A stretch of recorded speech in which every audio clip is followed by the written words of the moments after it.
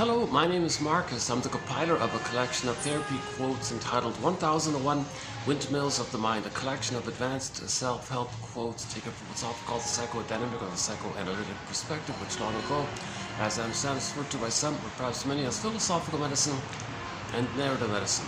All part of the ongoing process to make conscious anything about us that's unconscious. If this unconscious part of us is related to an immense amount of fear based around deep existential conclusions which tell us that to be ourselves, that we can't be ourselves. There might be some deep belief that we can't be ourselves. We can't be our true self, our authentic self, our feeling self, our real self, and the capacity of the real self. Something in us is telling us, no, you can't do it. Okay, this is called self-activation, triggers abandonment depression, which leads to defense.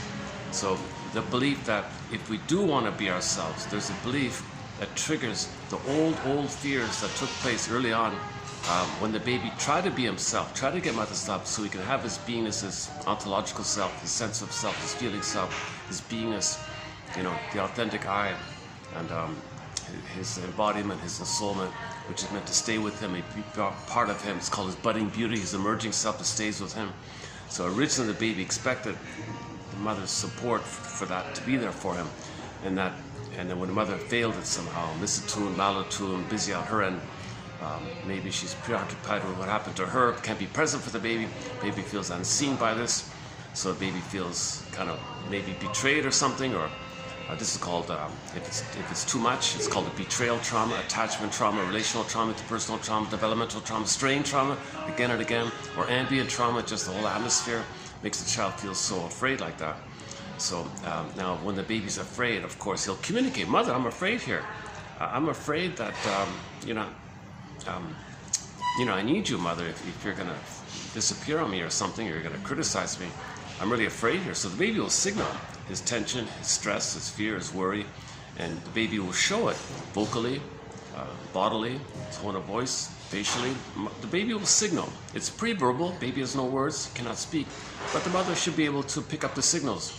If the mother still can't be bothered, or she's too preoccupied on herself, and she's not present for the baby, for whatever reason, called the old cunning tales, there's a whole long list, open a door, called the old cunning tales. We've got a whole bunch of them in there, man oh man. That's always a tough topic to talk about, why mothers are misattuned, why are mothers failing their babies like that. But if that's the case, the baby will signal, mother, I think you're failing me here. Not as a judgment, but more as a cry for love. Mother, my distress is a cry for love. Okay, my fear, my worry, and all this, it's a cry for love. And then if mother blocks it again and again, then tension builds up. So the child's life force to live in love, to connect, to develop, be himself from the feeling self point of view, ontological self point of view, his embodiment, the heartful self, the golden ball, the blue jay, all the primary feelings of the quote-unquote more human side of being human, the feeling self, called the feminine element, the feminine principle. So this is called embodiment. We're talking about this kind of I, this embodied kind of I like that. Mother, I need a safety with you. I need a rhythm of safety so I can maintain this budding beauty in me, this emerging self with me. Mother's busy. Baby's distressed. Mother, what's going on here? I'm a little stressed here. I'm worried here. I'm scared here.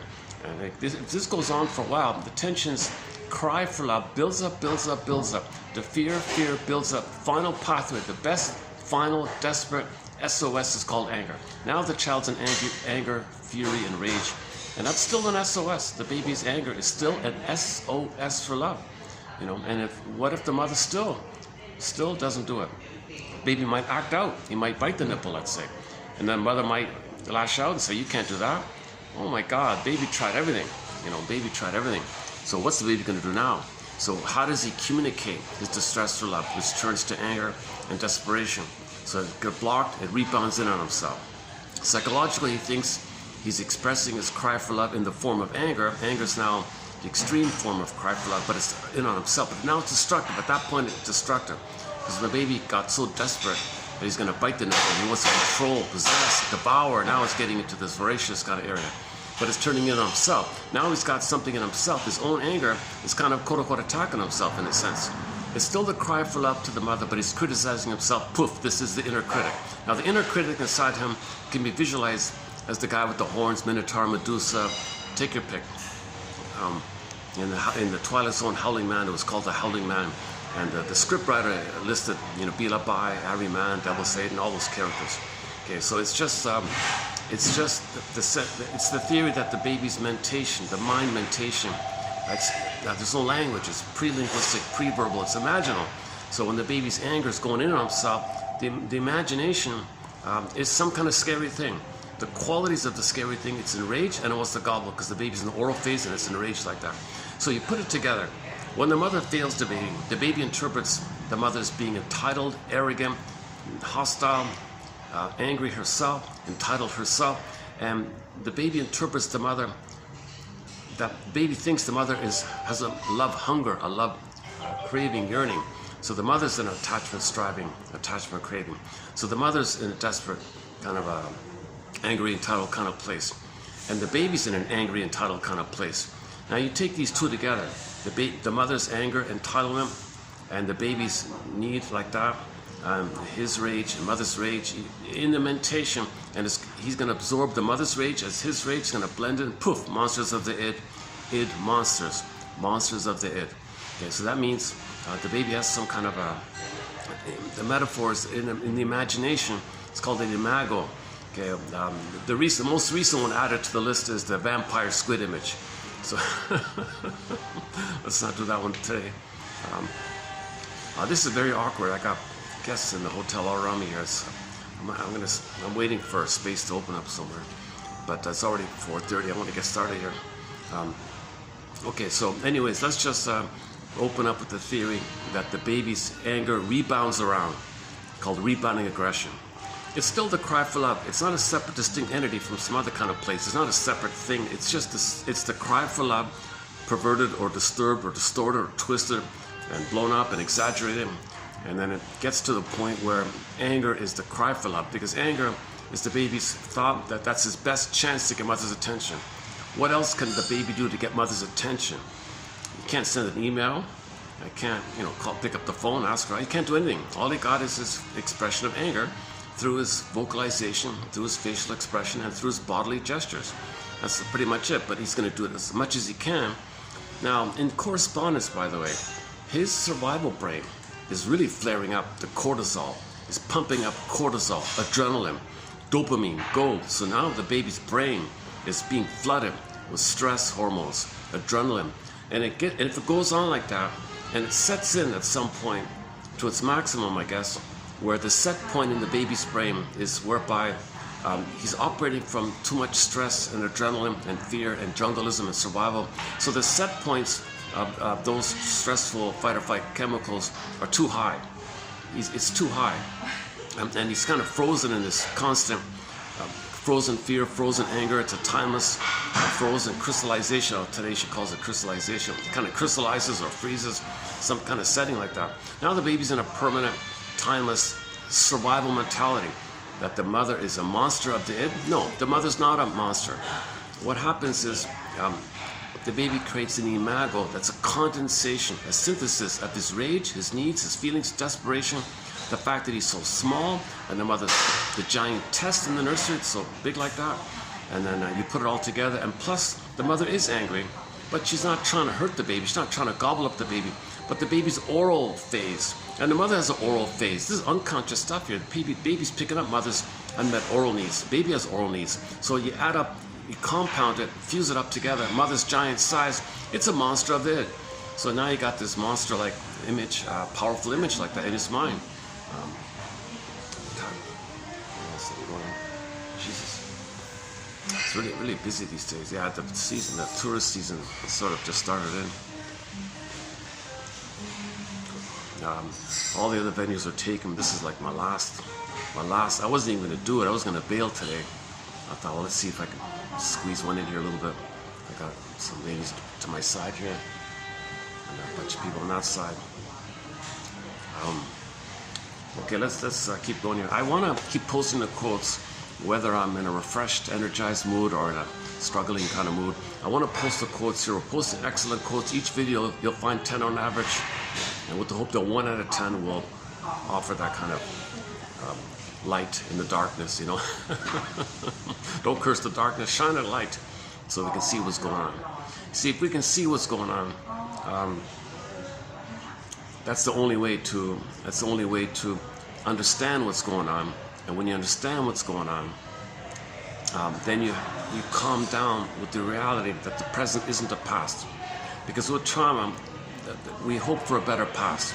So we're dysfunctional, repeating the past symbolically in the present again and again and again, a thing called the compulsion to repeat, repetition compulsion, where the present is new edition, contemporary versions of the past.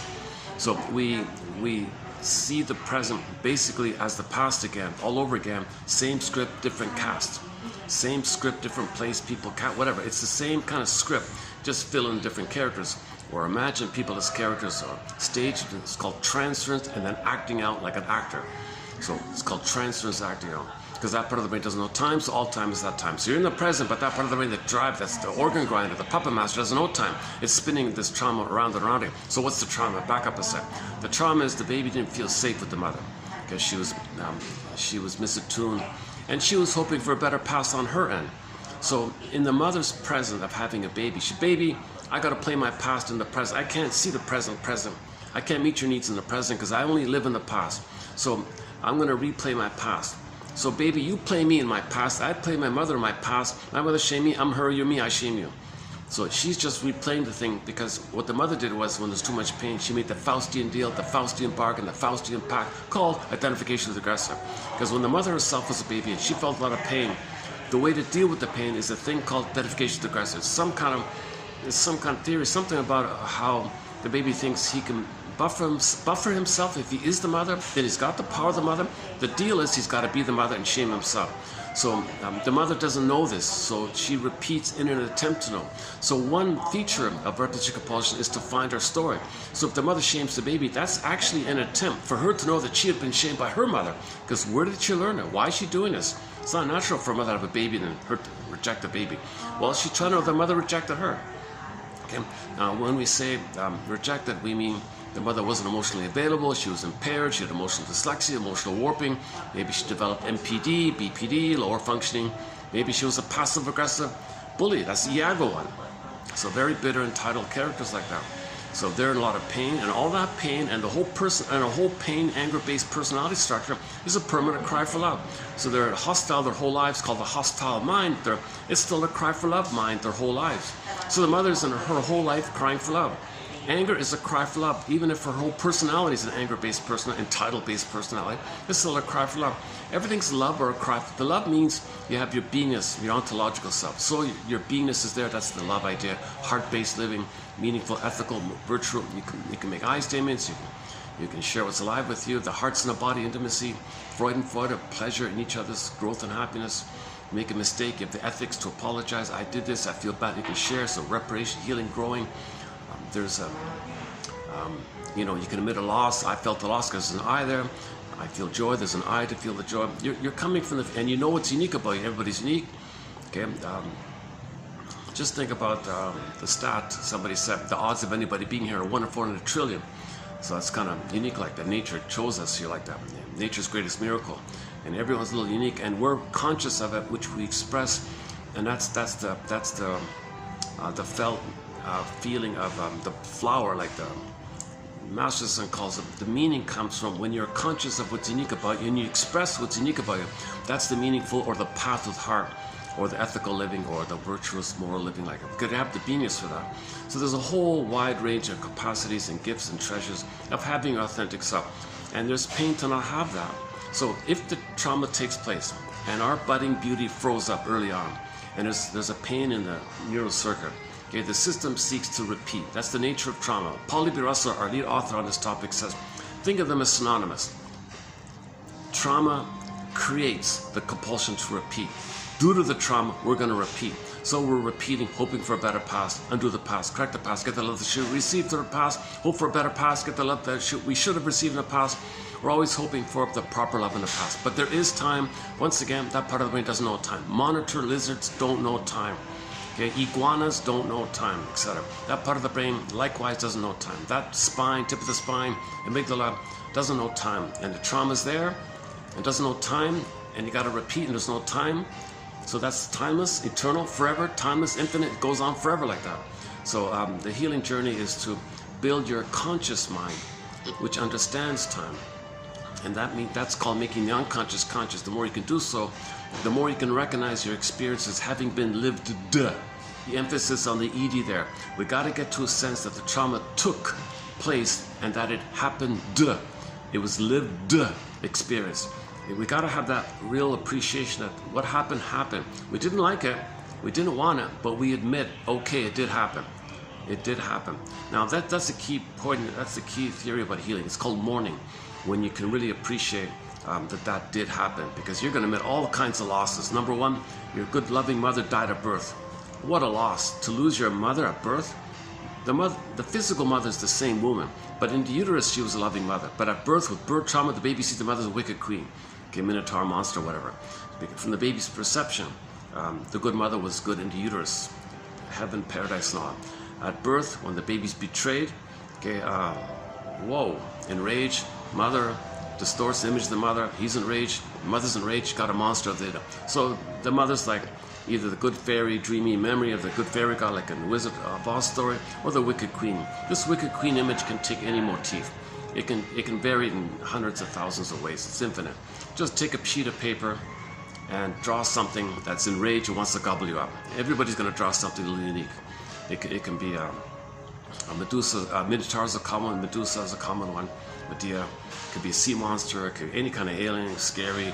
It's got to be. It's those two qualities. It's enraged, it's entitled, it doesn't care, it wants to gobble you up. That's the survival issue. That's why the last image was the vampire squid in the mine. Okay, let's not do that one. Don't get me started on the vampire squid. You doing okay? Not bothering anybody? All right. I warned my neighbors I'm going to be talking, so hopefully they're okay. Jeez. Okay, where are we here? Okay, let's go back to this mother who's not meeting the baby's needs. She's not meeting the baby's needs because she doesn't have the eye to do so. That's the problem. She wants to have an eye. She's trying to find out what happened. Where's my eye? Where's my authentic self? Where's my ability to love my baby? She's saying. So she's in a pain around that. So she's, in order to identify the pain, she's ironically, disturbingly, tragically going to shame the baby in an attempt to get her story to know that she had been shamed. That's why she lost the eye, and that's why she can't love the baby. She got to shame the baby to know that that's the reason why she can't love the baby, because she was shamed. The only way she can know it is to shame the baby. So this is called intergenerational trauma. So somebody's got to pause, and analyze themselves, men in the mirror, look in the mirror, that kind of thing. So Diderot said a long time ago, the world is a kind of spiritual kindergarten, and we're all bedazzled infants trying to spell the word love with the wrong blocks. So we're trying to find the right blocks. So these quotes are an attempt to find the right blocks. I'm gonna post. I almost never post quotes from Freud, but I'm going to mention one here today. It's not a bad one. So Masterson, all the excellent authors that we have here. Man, oh man. Althea Horner, Claire Byrne, and Arthur Janoff, and Karen Horney, and the list goes on. We got hundreds of excellent authors here.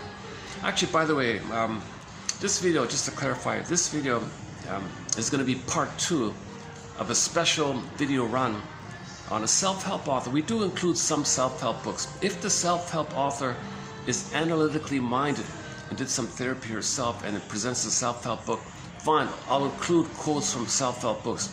99% of it's fluff, nonsense, trivia, wishful, tries to make you feel good, or pep talk. This kind of, forget that. On occasion, there's an occasional self-help author that went into analysis and then writes from that inner point of view. So it comes across in those kind of books. It's not common, it's very rare, but on occasion, if I find one, I'll post some quotes, and that's what we're doing now. So yesterday was part 1 by Miss Lisa Phillips. Lisa Phillips. She's not a shrink, she's not a therapist, that's what I'm talking about. She's a journalist kind of lady, newspaper lady or something, a radio lady or something. So she worked part-time on the radio or something, just has a master's degree in something. Oh, she has a master's degree in journalism or something.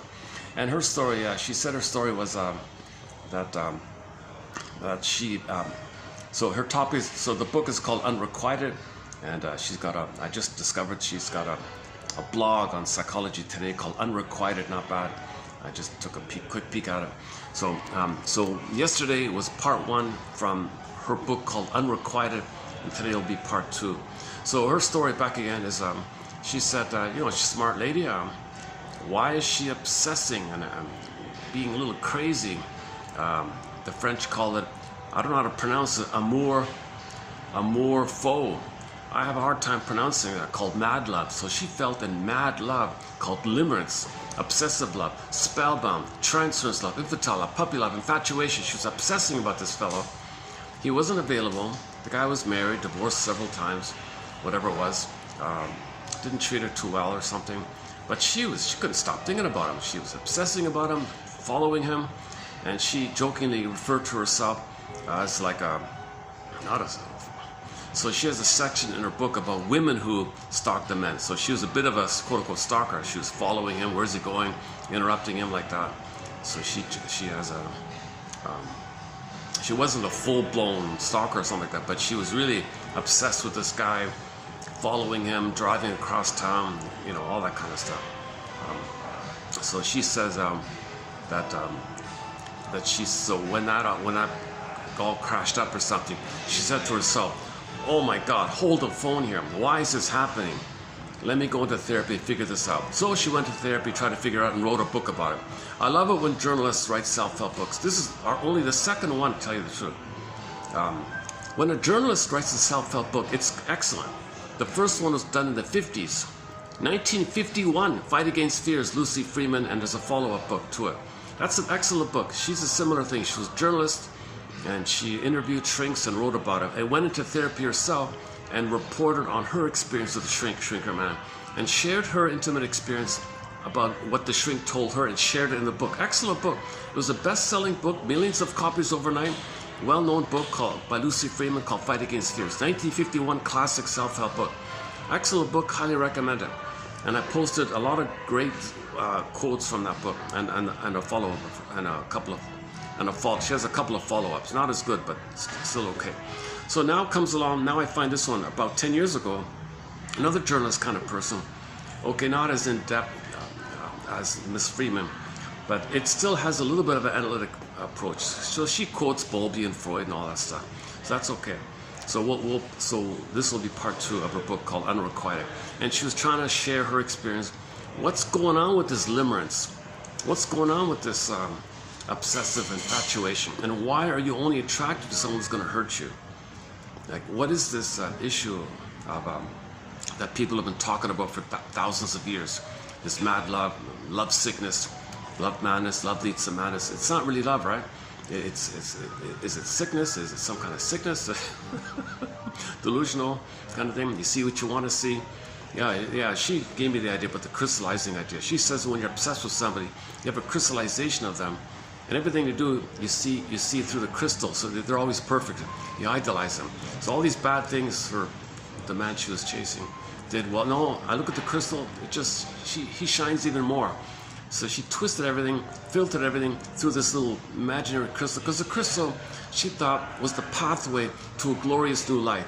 So she had the fantasy that this guy, theory here is, in limerence, somebody in the present has the same personality wiring like your mother.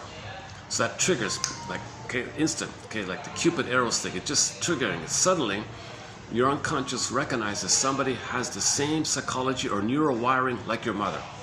So now, like Mr. Freud said, you see the person in the present as an emotional reincarnation of your mother. Okay? In other words, the person in the present flares up or triggers, Cupid's arrow triggers the wiring. Now in the wiring was the stunted development, the arrested development. The baby is supposed to finish his time of paradise. He's supposed to finish this delirious euphoria of the baby oneness, baby mother oneness. It's mystical. Babies are in a state of oceanic feeling, oceanic bliss, unio mystica, participation mystique, whatever you want to call it, oceanic ecstasy. One guy calls it. It's a delirious euphoria. No time, no space, floating around. They're floating. It's a euphoria. It's an immense euphoria. Babies apparently, theories, have this immense euphoria. Imagine like the honeymoon phase. You're just floating. And you just feel. You see the world in such a wonderful way. Enter the quote. You don't see the world as it is. You see the world as you are. So when people are in love, they're nice to everybody. They love everybody and that kind of. So babies have that, but it got frozen. It blocked. It was stored. It was stuck. It was he was hurt and everything froze up. So it wasn't complete. his development froze. Frozen development, stunted development, stunt development, arrested development, okay, developmental arrest. I think I froze there. Now when it's frozen, okay, you didn't get your need for the bliss with the mother, the garden of Eden, the Shambhala, Shangri-La, Nirvana, Paradise Garden. You didn't get the paradise. Babies need a continued paradise beyond birth. Okay, beyond the prenatal, in the postnatal, first 4 to 5 months, babies need an extended social, interpersonal womb. Babies need an extended oneness, mother-infant oneness, skin to skin, natural feeding, loving gaze, warm embrace, sleeps on the belly, skin to skin, feeds, baby-led, baby's in a paradisical state. It's like a womb-like thing, just on the belly instead of inside, it's on the outside. So it's babies have to have this extended paradise. Most babies are not getting that. Hence the need for symbiosis, this which gives you the bliss. And if that's failed, then you have to hope for it. Now, if you go in life, you look around, you want to finish this, okay, then you see somebody, click, it happens, right? That person is rejecting. You'll only be triggered by someone who will fail you, because mother failed you, right? So you find someone who will fail you. So like the woman said, the man was a drinker, divorced many times, unavailable, married again, and she was obsessed about this guy, chasing this guy. It doesn't make sense. It's amazing how this works, right? The more unavailable and hurtful and narcissistic and entitled the man is, the more she obsesses about him, crazy about him. Like the more cruel he is, the more violent it is or something. She might be really madly obsessed with it, gotta have him kind of. So this triggers the wiring. The mother was like the bully in the present. So if a woman in the present meets a belligerent man, let's say, she might be very drawn to that. The bad boy, they call her, right? Because the mother was a bad boy. From the baby's point of view, mother was an aggressive bully, kind of thing. From the baby's perception. It's from the baby's perception. So, you'll only be attracted, the wiring will flare up. The euphoria feelings will only pop up, flare up, when you meet somebody who triggers it. Okay, when you see somebody in the present who unconsciously reminds you of the mother, then the reminder, it's a trigger, and bing, bing, bing, bing, bing, bing. Okay, Pavlovian's. Okay, here. Okay. I better find another spot here. So the Pavlovian thing, they're being they're very polite. They said, fine, you can talk. You're not bothering me, but I would still like to, let me check on my options here. Oh, I could go outside, eh? Oh, these guys left. Okay, the outside people left. It's just so noisy out here, right? Son of a gun, eh?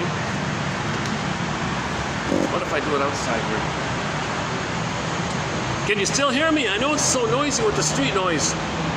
You can't hear me too well, can you? It's too noisy out here, eh?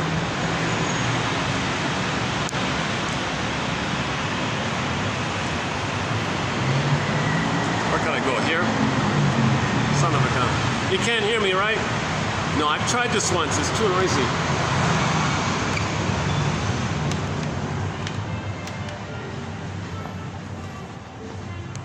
Oh, more people just sat in. Oh. Okay, hold on a sec.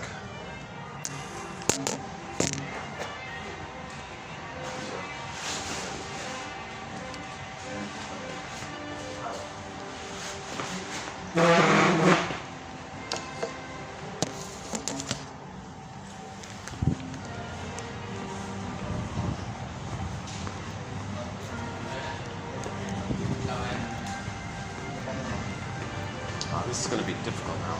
Let's see.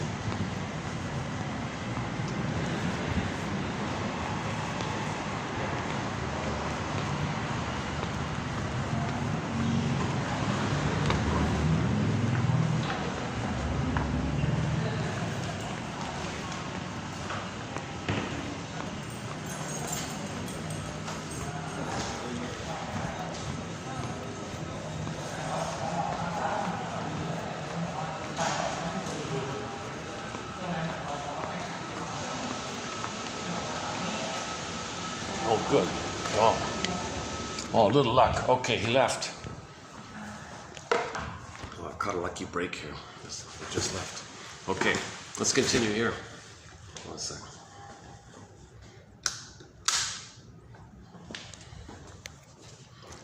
Okay, so where were we just now? The limerence topic. Okay, so the theory is about limerence.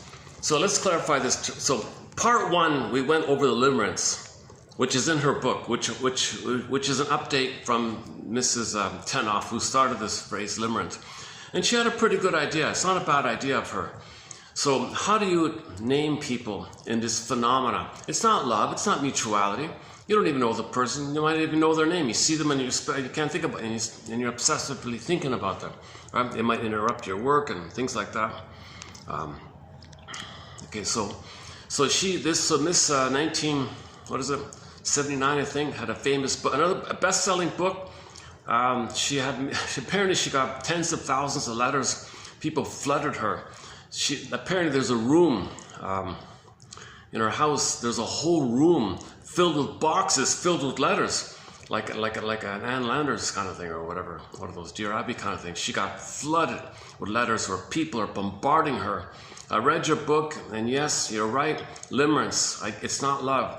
It's this obsessive stuff. It's this infatuation, puppy love, spellbound stuff. Why is this happening to me? I'm not happy with this. Why can't I control myself? I'm dominated. It's a full-blown addiction. It's a combination of OCD, an intense level of OCD plus addiction. This is not love. OCD plus addiction. That's one way to describe it like that. So she came up with the idea of the terminology here. So what do we call the person who's caught in this? Well, let's call him the limerent. Okay, so the theory is called limerence, right? The phenomenon is called limerence. So the person caught with it is the limerent, and the person you're obsessed about, that's the limerent object. Somebody said, don't call them an object.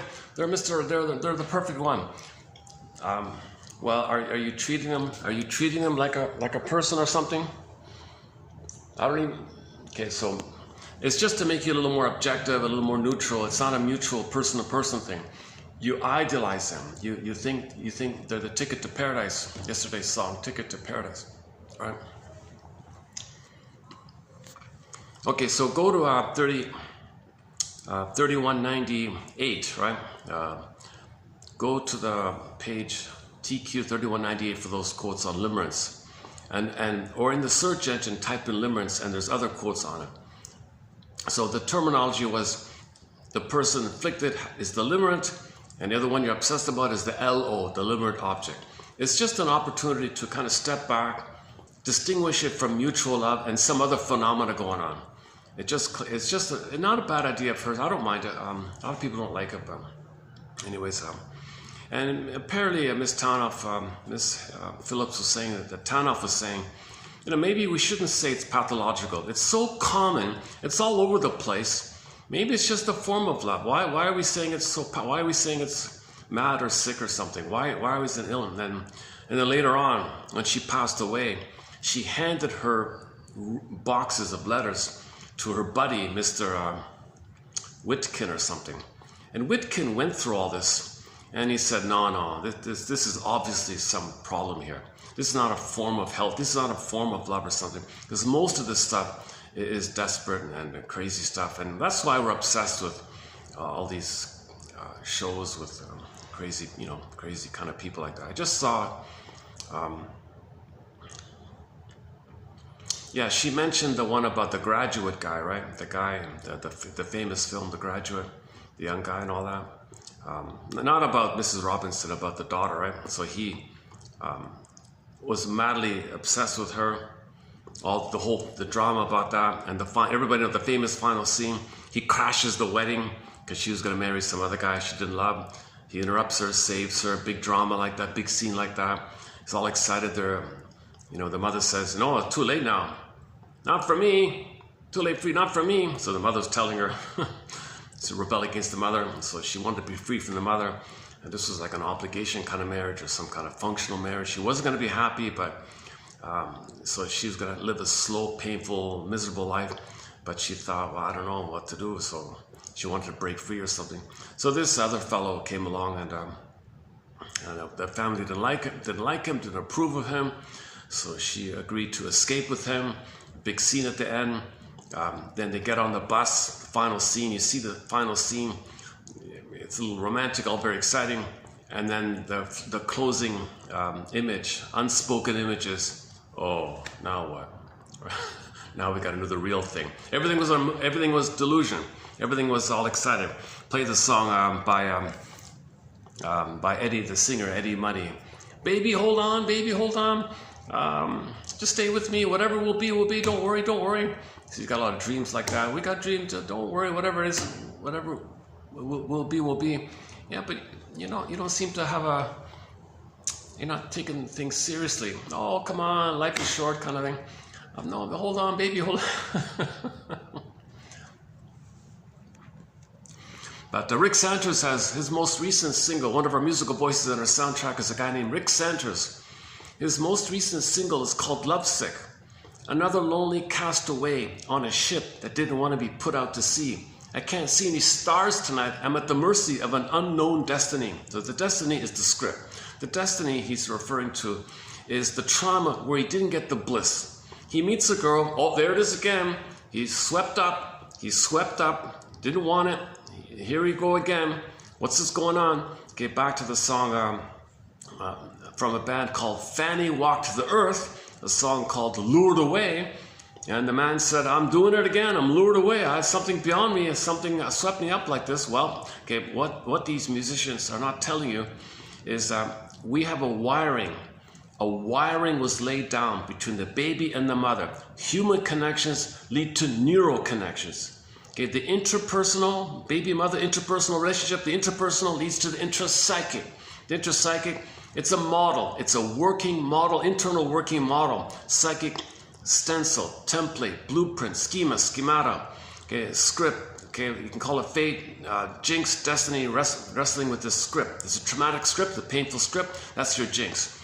And so it's not some outer force from from some other galaxy controlling you. No, it's not some invisible entity from somewhere we don't know. No, it's a wiring. It's neural wiring. The baby remembers simple, basic Pavlovian conditioning.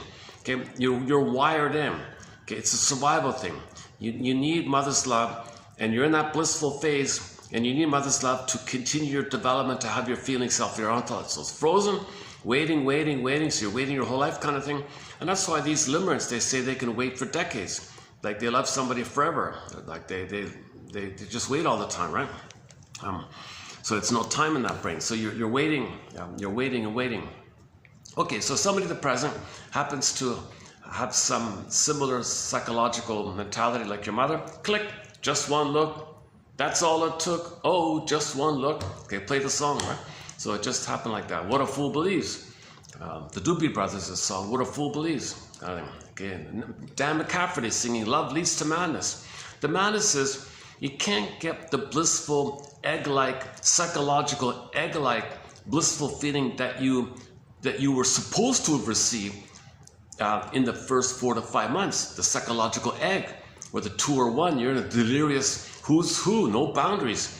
Okay, it's like you don't know where you begin and end, where the mother begins and ends. You're one with this phenomenon. You can't do that. You can't replicate that. Now, when you meet somebody who reminds it, it's like you're bringing up the old time, like the good old days here. You're bringing it up, and then you hope it'll continue. So that's why you have a great expectation, great hope. That's why mind reading. Come on, call me 20 times a day. Text me all the time if there's like a break and oh yeah, you're gonna break it. No, so that's why there's a kind of craziness about it. Okay, so that's one theory about limerence. So limerence is about unmet symbiosis, unmet merging, fusion, unio mystica, participation mystique, blissful oneness, and we need it. So when real needs are not met, you have to hope for it. You live with the hope for it. Either you blindly hope for it, because that'll correct the past, undo the past, give you the love they should have received in the past so you can resume development. Okay? Either you keep on with this blind, relentless, repetition compulsion, blind, relentless hope, Arthur Stark calls it relentless hope like that, where you can, one day, it'll happen. Okay, my fault, I said the wrong thing, maybe the next time I'll say the right thing, it'll happen. So you're trying again and again. So you can hopelessly try again and again. No person in the present can be the breast mother. We're talking about the first mother being the breast mother, the prototype, the imprint is the breast mother. No human being, no full human being can function like the way the breast mother functions for the baby in the beginning play. It's never going to work. You can't literally do in the present what should have taken place in the past. But that part of but that survival brain coming from that kind of place. But the present isn't it? That's called neurosis. When you apply babyhood standards to the adult world, it doesn't work like that.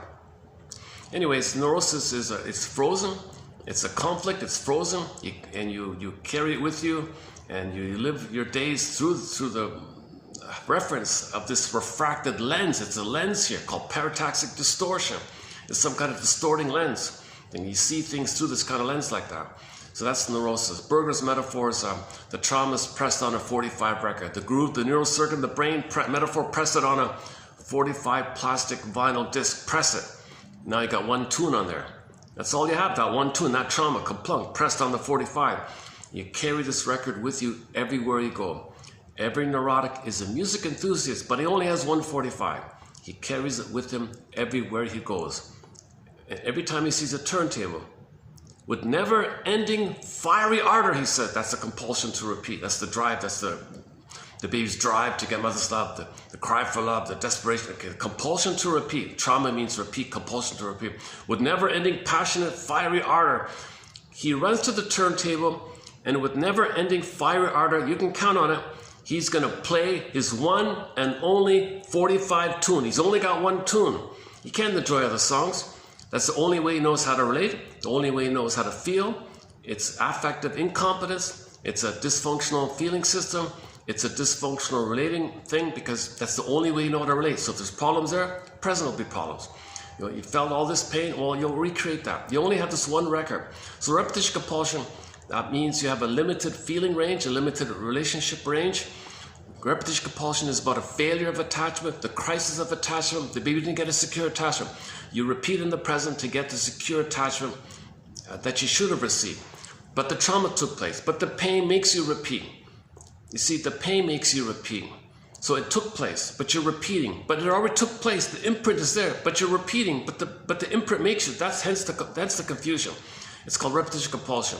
It doesn't make sense. The present is not the past, but you're treating the present like a new addition to the past, distorting the reality of the present. So you don't know. You're not meant to think you're living in the past. You think you're living in the present. Oh no, the puppet master says, oh, you think you're living in the present? Sure, think what you want to think. Puppet master says, we're living in the past. We're going to get mother's love in the past.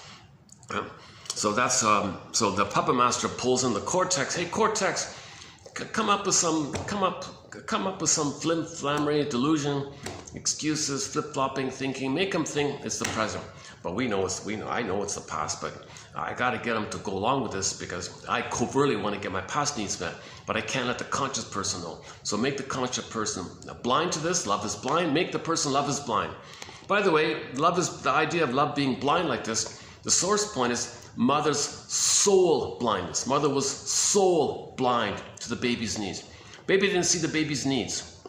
The needs is from its identity, for its development, and the feelings animate whether or not the needs are met or unmet.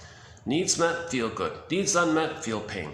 Mother's blind to all that, soul blind, didn't ignore it all.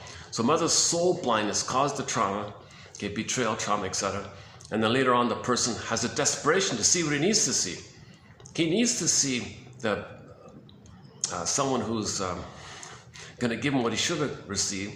He's got to have this hope that he's going to resume development. So that's going to make him love blind, and he'll so he'll cherry pick, distort, shrink, blow up, flake. He'll twist it around to fit the thing that he needs. Okay, he's going to see what he needs to see. Similar to, analogous to the thirsty guy in the desert seeing the oasis. He needs water, so he sees water. Well, the love-starved person needs to see a woman who's going to love him because he's so desperate to see it. The woman hurts him. No, she loves me.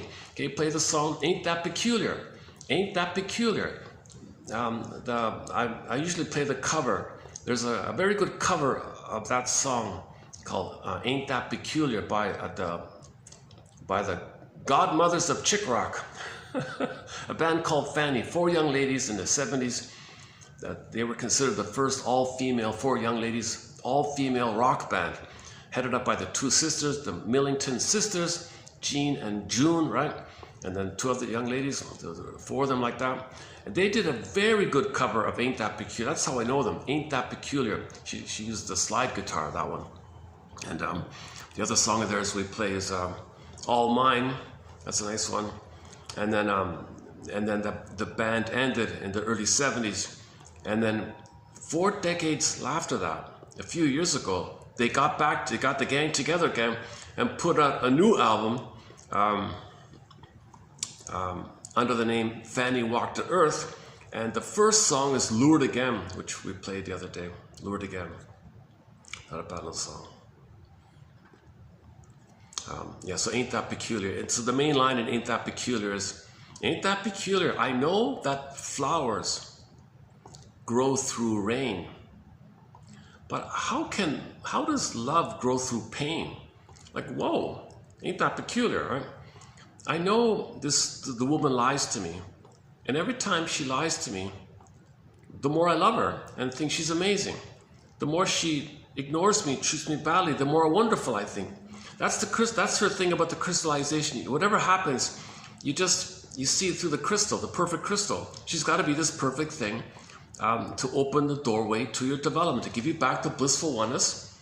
Get that blissful thing, the crystal thing. You're going to give me this heaven. The crystal means the heaven. You're the hope for heaven. You're my heaven, right? So you're going to give me my heaven so I can resume development. Babies are in heaven. Babies need heaven, called the Garden of Eden, etc., for the first 4 to 5 months. Then they hatch out of the heaven thing and then begin the separation individuation process post 4 to 5 months. So there's 2 major phases after that egg. So that's like a psychological egg. And then you crack out, you start to distinct yourself, differentiate yourself. You practice with it from 4 to 5 months to 18 months. You're still in a delirious narcissistic phase, but it's not the spaced out one. You just think more, you're entitled, you're special, like that. So from 4 to 5 months to 18 months, that's the famous "the world is my oyster" phase, where you feel entitled, everyone should serve you. You don't really relate to people. You're still kind of one with it all, but you're practicing with moving towards differentiation. Finally, if you get your needs, if you get your oyster needs, if you get your "the world is my oyster" needs, that phase. So mother shouldn't rebuff the baby. You know, mother's got to be careful during that phase. If the mother says too many, don't do this, don't touch that, baby thinks, oh, I'm no good, then he's frozen there. Then he feels entitled, center stage, all about him, look at me, look at me. And so he's going to be frozen there, still hoping to be accepted for his curiosity. If the mother says, don't touch that, baby thinks, you rejected my curiosity is from my identity, you rejected my identity, his identity, frozen. So he'll be stuck in that kind of place. So the mothers are not meant to, so mothers, on this point, enter another very good self-help book. He's not a shrink, but here's a very good self-help book. He's a medical doctor, right? I think he was a shrink. Come to think of it, he is a shrink. Hollinger, Paul C. Hollinger. Check out his book called What Babies Say Before They Can Talk. We did a 4 special video run just on that little self-help book. It was a best-selling book back in the day, 1997 or something like that. Best-selling book, millions of copies. There's printed in every language. You can easily get like a second-hand copy kind of thing. It's online. Excellent little book. So one of the points in there was, the importance of this issue of when mothers say, don't touch that, baby thinks, I'm no good. Because babies can't parse out his doing and his being. So mothers have to be aware of that. But he's got a whole thing in there about how all babies are born with the core affects. Like all babies around the world show the same 9 core basic emotions. Like we're all the same. You take a baby from any place, anytime, anywhere, rich or poor, any place, a village or a castle. You take north, south, east, west. Oh boy, don't remind me of that one. We just recently played a song by the folk singer Bruce Coburn called Call It, Fill in the Blank. Don't get me started on that topic, a very triggering topic. I just came off 3 videos, not the last one, and not the one before, but prior to those 2, the 3 prior to the last 2, I did 3 videos on a very challenging topic of As Above, So Below, and the featured song was that folk singer song, Call It, Fill in the Blank. So that's a heavy topic about the interplay between the sociological and the psychological and the psychological and the sociological and how they intermingle like that. So As Above, So Below. That's a tough one, So that'll be updated. I don't talk in that kind of area too much. Very minimal. I almost never go into that kind of area. But one quote said, "You're being too one-sided. If you think everything's psychological and never sociological, aren't you going to link the sociological to psychological? Come on." So some people do try it. Lloyd Demas tried it a little bit, called psychohistory. Other people try to do it a little bit. It's very undeveloped, this area. So I'm trying to tackle it a little bit. And we do have some quotes about the idea, if we don't know outer history, like if a person knows their personal history, they can stop repeating. We don't even know our like physical outer history. So there's this danger like that, because it's hard to know history. It's embarrassing, it's hard to know. So there's a resistance to knowing true history. Just as an individual is resistant to know his true history, that mother failed him. No one wants to know this greatest hurt of all. Nobody wants to admit my mother died at birth and some wicked queen appeared in the impression in the brain of the baby's experience, not reality, right? We're talking about the baby's impression. In the baby's unconscious, from the point of view of the baby's needs, the good mother died at birth and a wicked monster appeared. But the monster is not the mother. The monster is mainly the baby's rage at the mother. His rage poofed into a monster, and he puts the rage monster image onto the mother, and then thinks the mother's his own rage, and then he puts those two back in on himself, and he's got the monster of the id like that. It's a condensation, fusion, like in the dream world things can condense and poof and flip-flop and morph and twist. So you get this this thing called condensation. And so the monster of the id. For more on the monster of the id, I recommend the film called Forbidden Planet, 1956 science fiction classic film called Forbidden Planet. The whole film was just this main point. Man, I've talked a lot about that film already, but man, oh man. Okay, just quickly. Okay, so it's a science fiction film about some super advanced alien people called the Krell people. They were millions and millions of years ahead of humans. So what these people did, they know all about physics, but quantum physics times a million, I don't know. So anyway, these Krell people, we don't even know why they built it, but these Krell people built up a mechanical planet, a machine planet the size of Saturn. So imagine a planet the size of Saturn, okay, and it's all handmade, man-made, like mechanical made. And this advanced super thing, it has the function whereby if you're on it and you have a thought, poof, there it is. It would materialize your thoughts. Okay, so enter Mr. Morbius from Earth. So Mr. Morbius gets on this place, and the Krell are not around at this point, but Mr. Orbius is on there. Morbius is on there. He's trying to figure this thing out. What the hell is this thing? Holy, you know what? So finally, long story short, he understood that if he had a conscious thought, poof, there'd be. He wants to see something, oh, there it is. Like the planet would materialize the thing that he wishes for. Like magical thinking, he creates it with his thoughts, right? What Mr. Morbius didn't know was that the planet would materialize his unconscious fantasies. So in the mind of Mr. Morbius, he has trauma with his mother. He's got a monster of the id in his mind. He's got his own rage poofing into a monster.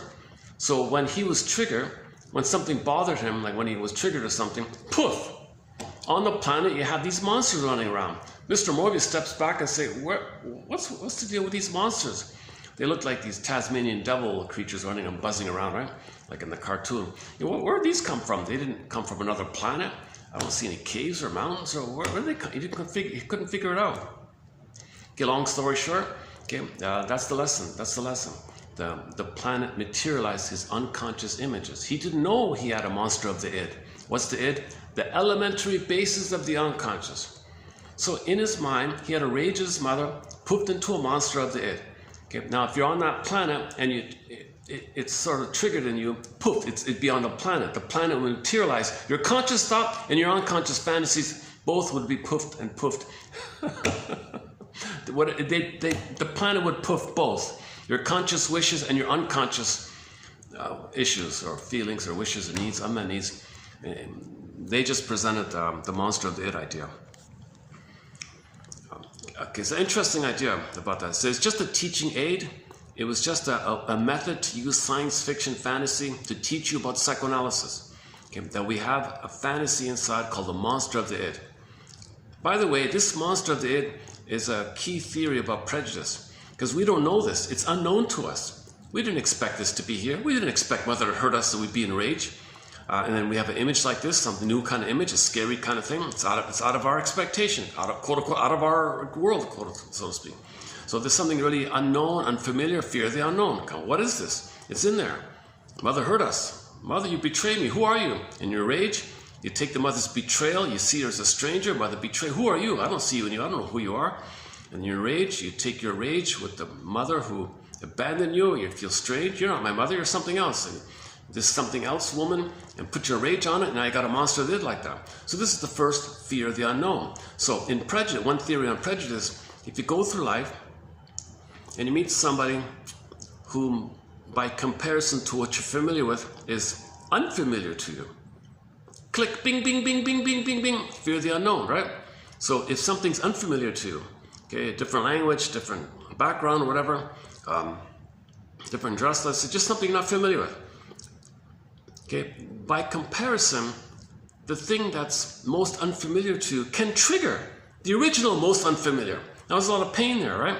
And when there's a lot of pain inside, you tend to project and see out what's within.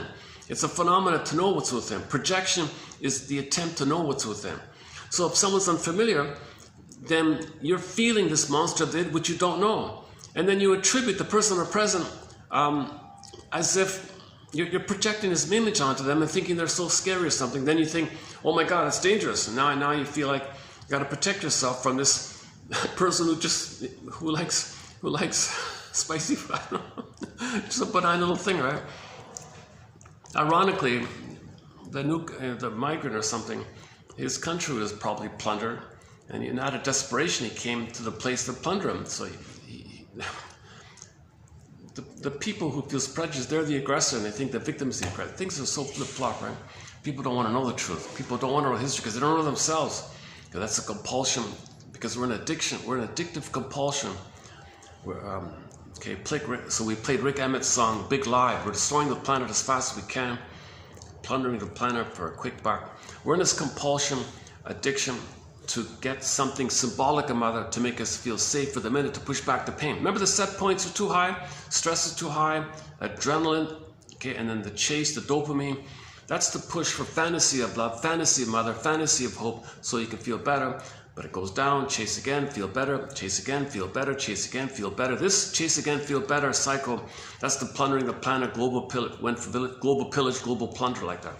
And then we don't want to know this because, so we create excuses, and we distort, we don't want to see, we deny, we filter, because we've got to protect the system, to plunder, to push back the pain. So prejudice is an attempt to push back the pain you're feeling, you know.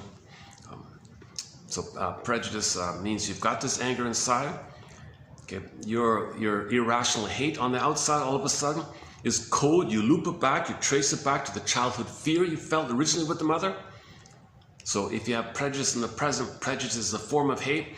So then whenever there's hate in the present, you loop back to childhood time when you felt fear, because the fear bundled around to the hate. Hate is the final pathway to the underlying fear. First fear, then it rounds up, then the hate. Not hate, then fear. No. Fear first. Baby's afraid, then he's going to hate. Hate is the final pathway. Forget this nonsense. That's the part that these people who say hate is first, then no way. Baby's afraid first. Man, oh man. It's just common sense. Just common. Let's say,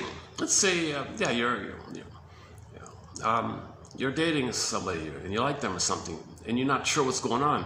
Well, you don't hate them, right? First, you're just worried first, and then maybe later there's hate. You don't first hate and then worry. No, fear is first, then hate. I can't believe it. These PhD people, I'm surprised that people with PhDs are peddling this theory. No way, man. No way. It doesn't make any sense. Okay, for more on this point, check out Paul C. Hollinger's book, What Babies Say Before They Can Talk. That's a good one. Another follow-up one is an older book from 1935. that'd be 90 years ago, a book called The Origins of Love and Hate by a guy named Ian Suddy. He only wrote the one book, but it's a bit of a classic. Karen Horney is an excellent author also in this kind of area, Karen Horney. So those are three good sources to understand how hate is just from the love line blocked, then the hate. Hate comes from the love line. Hate is a cry for love. Hate means you want love. Hate means you want attachment. Okay, repetition, compulsion, and the anger and anything that's not love, it's a cry for love in the past. Dysfunction is wanting love in the past. Dysfunction wants a better childhood. Dysfunction means you wanted a better childhood. You still want a better childhood. That's dysfunctional because the present's not the past. And here you are acting in the present, hoping for a better childhood past. You're acting in the present, hoping your mother in the past will suddenly love you.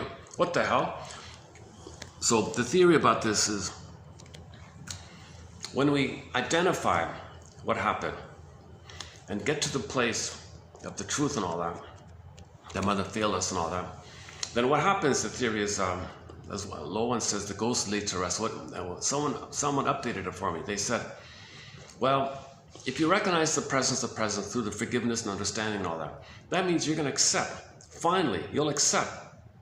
You'll be okay and accept the okayness of a parallel possibility of neural circuitry in your brain. Now, what you're doing is you're going to accept something new inside. Okay? That means, for example, if the baby was loved, he would have gone a different path, right? He would have gone the proper path. But we didn't take that path. That path wasn't taken. That healthy path wasn't taken. When you mourn and identify the stuckness of where you are, then you accept this alternative path, the road not taken. That means in the present, you self-activate, do something for real self. It lines in with the feeling of okayness that you now have, that it'd be okay to do something healthy because there's an okayness that underpins it. Whereas before, there was no sense of okayness to underpin anything healthy in the present. Now that's what you want. You want to establish for yourself some kind of underpinning of okayness, that it would be okay to do something healthy. It's called self-activation, real self-activation, expressing your authentic self, etc. Then there's an okay underpinning for it. But to get that underpinning of okayness within you, you first got to identify the block, the repetition compulsion, the cycling, the looping, this blind compulsion. You got to face this blind compulsion. Then the okayness path presents itself. For your reference, for your consideration, Twilight Zone. These things happen in the Twilight Zone. Healing can take place. Healing can take place in the Twilight Zone. Twilight Zone means unconscious. You know, one of the episodes was a guy had a mother complex. He was tied with the mother, and later on he got married. But he hated his wife and he still loved his mother. The wife freaked out and he ran to his mother. The narration was, some men never left their mother. Some men never left home, their childhood home. These things happen in the Twilight Zone. That's an episode called Young Man's Fancy. Yeah, check out the episode called Young Man's Fancy about a man with a huge, severe mother complex. Man, oh man, this guy was very tied to his mother. Oh man, that's a sad episode. Now the antidote, the flip of it, is another Twilight Zone episode called Nick of Time. In that one, he broke free. In that one, he said, bye-bye mother. You can't do this to me anymore. No more mother. I'm going to marry this woman. She's my wife. I'm going to be in the present. But in Young Man's Fancy, get away, girl in the present. I don't want you. Go away. He was very cruel like that. I want my mommy.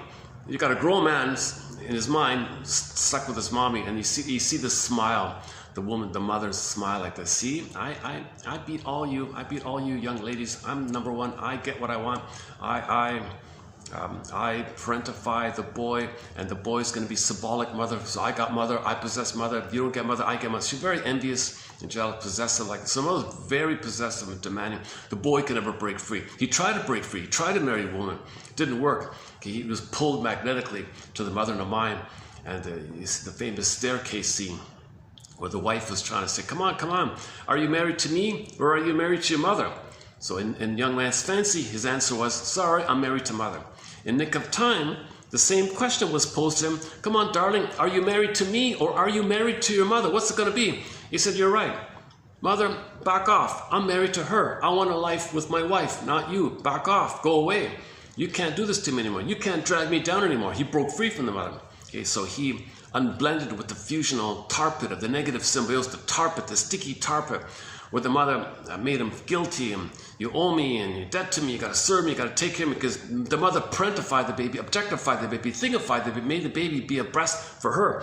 And the boy grew up and said, no, I want to break free now, I want a regular, normal life like that. So in the nick of time, when you see him leave with the wife, they ride off into the sunset, literally, they ride off into the sunset. Whereas the other one, young man's fancy, they so that's that. We haven't talked about that one in a while.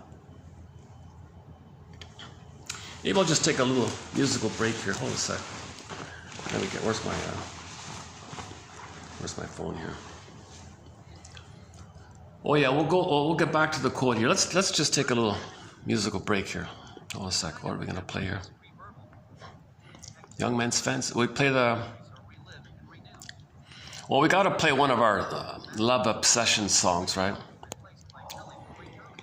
What about? What do I hear here? I hear something here. Oh, this is on. Oh my goodness. Okay.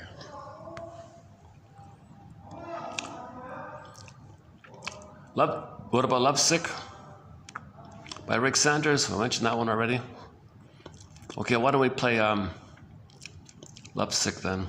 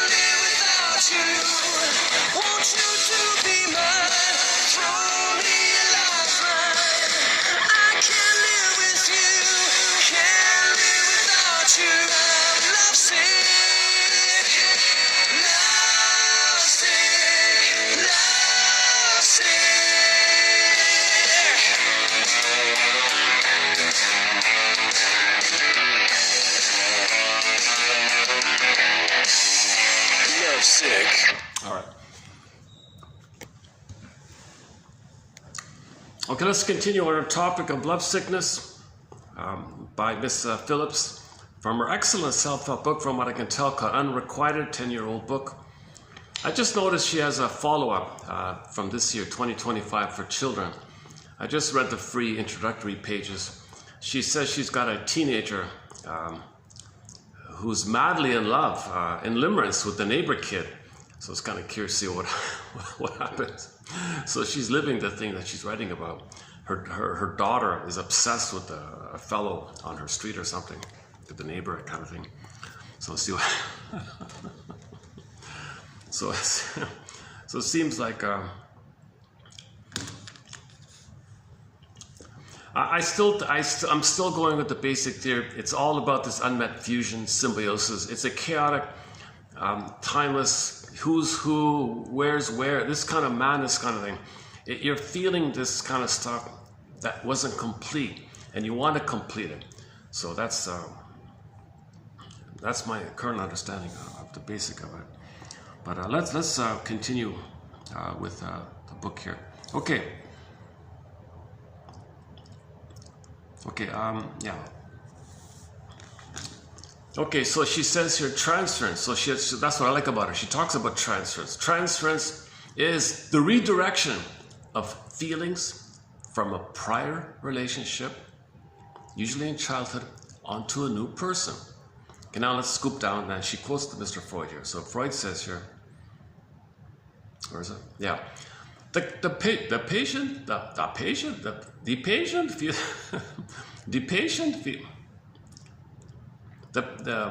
patient sees in the therapist the return, the reincarnation of some important figure out of childhood, out of the person's childhood past, and consequently transfers onto him feelings and reactions which undoubtedly applied to this prototype.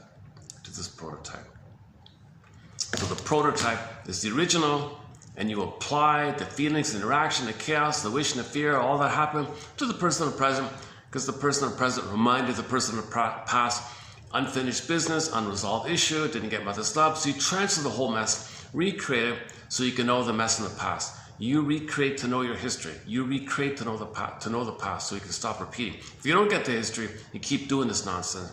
If you know the history, okay, it goes laid to rest. The trauma was lived, then the alternative okayness, parallel okayness path in your psyche is there. Now you can make choices in the present because there's a feeling of okayness for it. Now it's okay to be healthy once you give up the circuit. But this circuit is unresolved issue with the mother, unmourned losses, unprocessed trauma. When there's a lot of pain, unprocessed pain, you're spinning around, trying to work it through. You're trying to close it. You're trying to find a story. You're spinning to find a story. We repeat, spinning around. Where's the story? So we're looking for the blocks. Again, Mr. Diderot, 1700 something. The world is a kind of spiritual kindergarten, and we on this world, in this kindergarten, spiritual kindergarten world, we are confused, bedazzled infants, he said, trying to spell the word love with the wrong blocks. He's saying we're confused, we're grappling like this, we're grappling for story, we're spinning around, grappling. Where are the blocks? So when you repeat, you're meant to step back and say, wait a minute. You mean to tell me this is just some new edition of the past? So an easy example is the gambling one, right? You reach for mother, excited, very promising, very alluring. There's the allured one again. Very excited, crashed. Mother rejected you. How do you repeat that? How do you know that you were excited to get mother's love and she rejected you? How do you know that?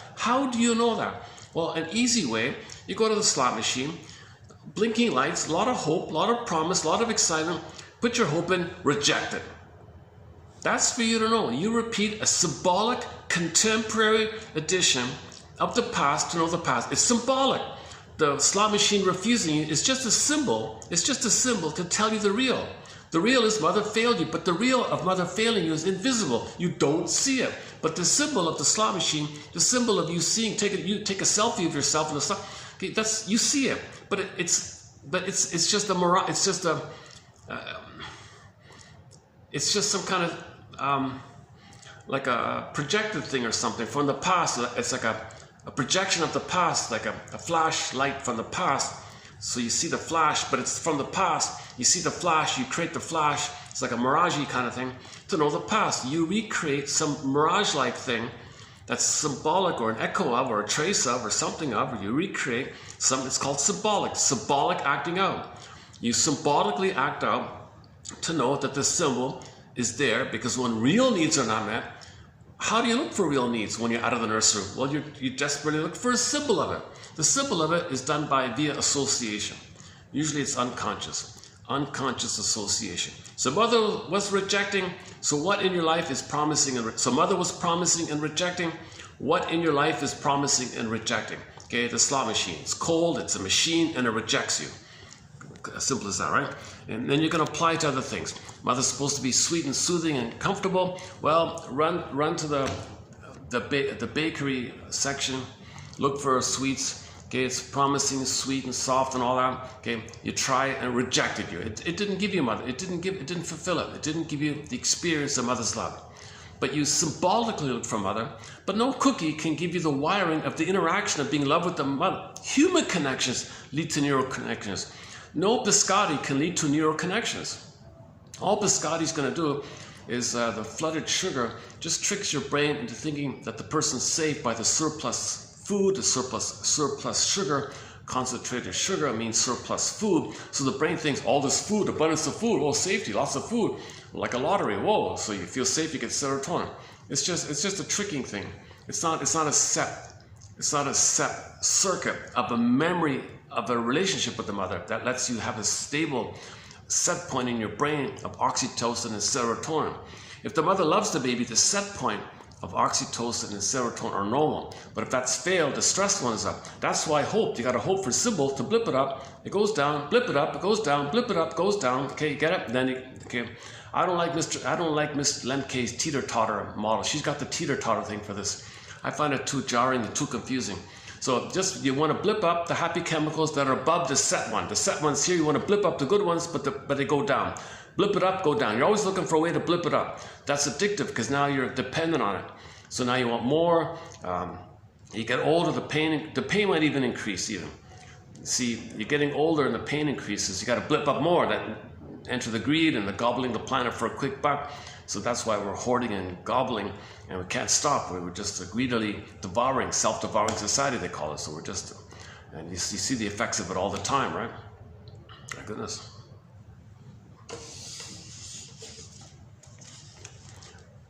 I got to go to a faraway place to get something, a faraway shop to get a natural product. My goodness, my goodness. Even a traditional chocolate bar, a famous brand that was from Germany that was usually good quality, crashed. It's just junk now, right? So it's been plundered, right? The value, it's been. Oh yeah, in the blog, that reminds me, in the blog. So in the plundering system, you buy something and diminish it, right? So you make the package smaller, increase the price, use cheaper ingredients, you do these tricks like that. So that's part of the siphoning thing. And this woman here, what's her name again? Lisa Phillips. I didn't finish the article, I just saw the headline. If you go to psychologytoday.com, I don't really go there, but since she's got a blog there called Unrequited, I just took a peek at it this morning. She's got an article in there about one of her journalist colleagues, a very smart, bright girl apparently, I don't know the details, but she fell in love with some con man, some hedge fund kind of guy or something. And he was a greedy guy apparently. He bought some drug company, and the drug was for a disease that people have. Anyways, he bought the company and charged 10 times the regular price. So a lot of people suffered because of this. So and this woman loved him. She divorced her husband and quit her job to be with this guy who treated sick people like that, took advantage to make money of sick people, to plunder sick people because they're desperate. It was a life-saving kind of drug like that. So that story's in there. Apparently, it's a real-life story. And she's saying in the article that this woman's obsessed with him. That's the crystallization. She's got a crystal, and everything's got through the crystal. So whatever happens, the crystal. She turns everything through the crystal, like she doesn't see reality. So this guy apparently was very ambitious like this. It's not just him, of course. A lot of people short sell things. So he's a famous short seller. You profit at the destruction of something. So you bought something and destroyed it by raising the price. Things like that. Yeah, so one person said we're short selling the planet for a quick buck, something like that. Okay, let's not do the plunder system. Let's not get into that. So let's finish this one up here. Okay, transference, yeah. Okay. So in spellbound falling in love, you transfer your dynamic pain relationship that you had in the past. It's appropriate there. It was appropriate for the baby to maybe bite the nipple or something, but it's not appropriate to be aggressive in the present. But you're transferring this unfinished wrestle match with your mother to somebody in the present. The person in the present is saying, hold the phone, why are you acting so crazy here? That's called love madness. Love madness or love sickness, which leads to love sickness, or crazy love, whatever.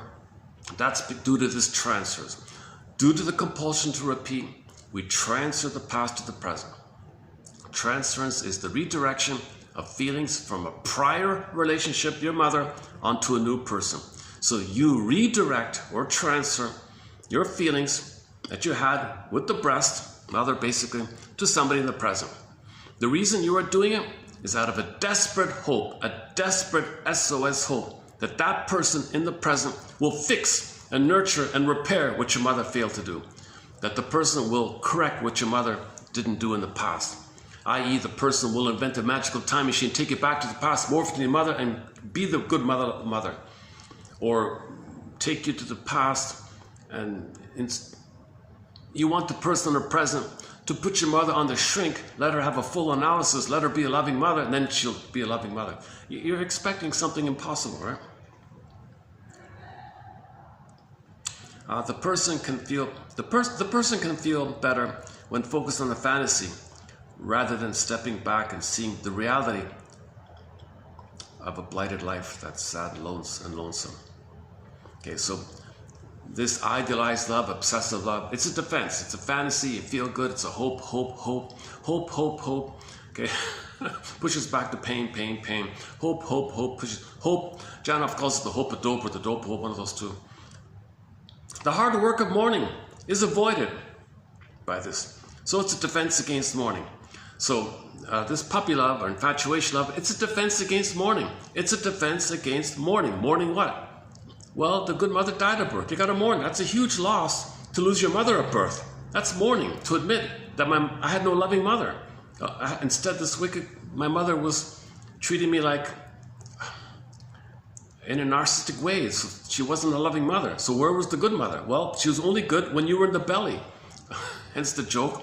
We spend the first 9 months of life trying to get out of the womb, and the rest of our lives trying to get back, and that's the reference. This kind of. When obsessions become painful and entrenched, and the unwanted woman cannot control the pull to be with her rejecting beloved, she enters what my friend calls the masochistic zone. Love becomes suffering. Quote, you will do anything to keep the connection. You will sell your soul, your pride. And she said she did that, right? She did all these silly things. Okay, life in the masochistic zone. What's the difference? Is it a form of narcissism? Can we say that is it ever the case that this kind of masochism, is it a kind of narcissism? Well, I'm using the phrase clinging vine narcissist. Or Masterson calls a closet narcissist, or clinging vine narcissist. Okay, so usually with MPD, it's the overt exhibitionistic one, the arrogant, entitled one. Okay, the ones that display it, I'm entitled and all that. They don't care, love, or feel. So they're the exhibitionistic one. But you also have the flip one called the closet one. The closet one can also experience limerence. And the clinging vine narcissist can experience limerence. So those two, the closet narcissist or what Coat calls the idealizing disorder of the self. You idealize the other one so you can bask in the glow. So you need the other to be your grandiose self. If you see the other in grandiose ways, then you feel special. You're special and grandiose via the vicarious identification of the other person displaying grandiosity, saying openly how great they are, and you bask in the glow, they said. Masters, when you bask in the glow of other people's narcissistic display, that's the closet one. So she's referring to this closet one. So the closet narcissist suffering limerence and the clinging vine narcissist suffering limerence, she's calling here somebody's phrase the masochistic zone. All right, love becomes suffering. Okay, life in the masochistic zone doesn't really look like narcissism, right? But hold the phone here. The popular understanding of the term is that it entails vanity and selfishness, etc. MPD is characterized exhibitionistic MPD. See, Master said they don't have a closet narcissism in the book, right? The DSM book. You only have the exhibitionistic one. That's a shortcoming like that. And even, you know, and somebody said maybe limerence, maybe even limerence should be in the book. that puts most of the people, that means, that's another way of saying homotraumica, or traumatized people, homotraumicas. Okay, yes, for example, my buddy here says that, well, you know, there's a flip side to the exhibitionistic one. Okay, so everybody with narcissism underneath has shame, okay, feeling unimportant, discarded, worthy, unlovable, unwanted, like underneath, right? So from there, so that's a part of it, right? What both kinds of narcissism have in common is the tendency to use other people to fulfill parts of themselves. So the overt one wants supply. So the overt one wants the other to be symbolic breast, to mirror them, supply them, admire them, think of the greatest, center stage, admire them, do what they want, feed them, serve them. Narcissistic supply in lieu of mother's maternal supply missing. It's going to be narcissistic supply. So they always want to be center stage, exhibitionistic, grandiose, like that. So that's the exhibitionistic one, right? Okay. Now, if you have, imagine two coins fused, like on top of each other, touching each other. So the exhibitionistic one is invested in the self one, the bottom one. The bottom one is the self one. And the other is the breast. So baby breast, right? Baby breast, like that. But sometimes when the baby's too traumatized, his energy flips up and he has to vicariously bask in the glow of the arse. So the emotional investment is in the other, and they bask vicariously in the self one. So in the closet one, they can't accept their grandiosity directly. They can't display it. The mother said, "You can't. Who do you think you are? You can't show that. You can." So it seems to be a more abusive situation where the child can't even display his grandiosity. It's even worse than that. He's got to hide it, bury it, and poof, his energy goes to the above one, find someone to play the top one, the mother one, and bask in the glow of how great the omnipotent other is. So you got if the energy's on the blow, you're the exhibitionist, and others are the breast. If your energy's on the above one, okay, the breast is omnipotent, and you just bask in the specialness of seeing how great somebody is. So he's a little bit talking like this. Idealizing, yeah, you idealize it.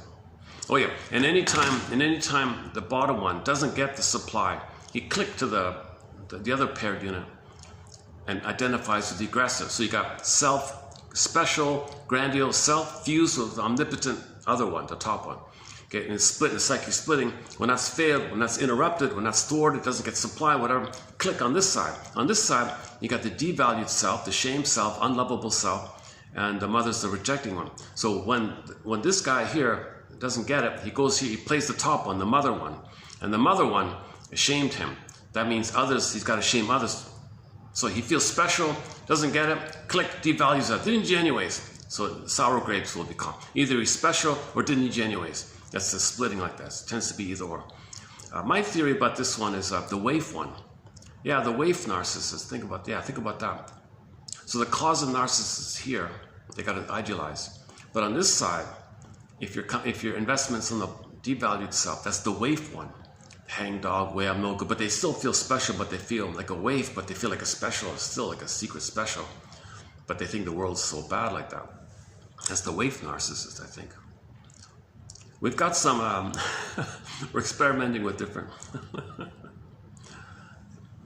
I've got a theory on passive aggressiveness, mentioned a couple of months ago.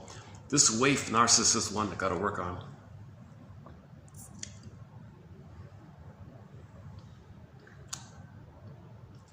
Okay, and it goes on a bit like that. All right, so the crystallization one. Okay, she quotes somebody from long ago who said, I call crystallization the operation of the mind which, from everything which is presented to it, draws its conclusion that there are new perfections in the object of love. Oh, see, any kind of disturbing thing you see and the one you idolize, you make it like a diamond, like you flip it into the crystal, a diamond, right? You crystallize, like you over-idolize. So back to Ain't That Peculiar, the song Ain't That Peculiar. The woman doesn't return his calls. Oh, that's because she knows how to deal with men. She's so special and excellent. She knows how to deal with me. She's amazing. You twist it. You crystallize it. Crystal, and this, oh, I see. Crystal means like you diamondize it, you make it like a shiny, you shinize it. Like oh, I see, I get it now. I call crystallization the operation of the mind which, from everything which is presented to it, draws the conclusion that there are new perfections in the object of love. Crystallization is a state of mind. It shapes the way aspiring lovers see not only their beloved, but also see the world around them. Love is a new goal to which everything is referred and which changes the face of everything. Oh, Stendhal, she's quoting a guy named Stendhal. Stendhal wrote, quote, now Stendhal wrote, okay, she gave the example of some woman who fell in love with a handsome, I don't know, flamingo player or something like that. Just a made up name here. So this woman fell in love with a handsome guy from Mexico or something, let's say, and he became, for her, the gatekeeper, a repository of possibility, or a gatekeeper of what Chekhov called, quote, a new and glorious life. Okay.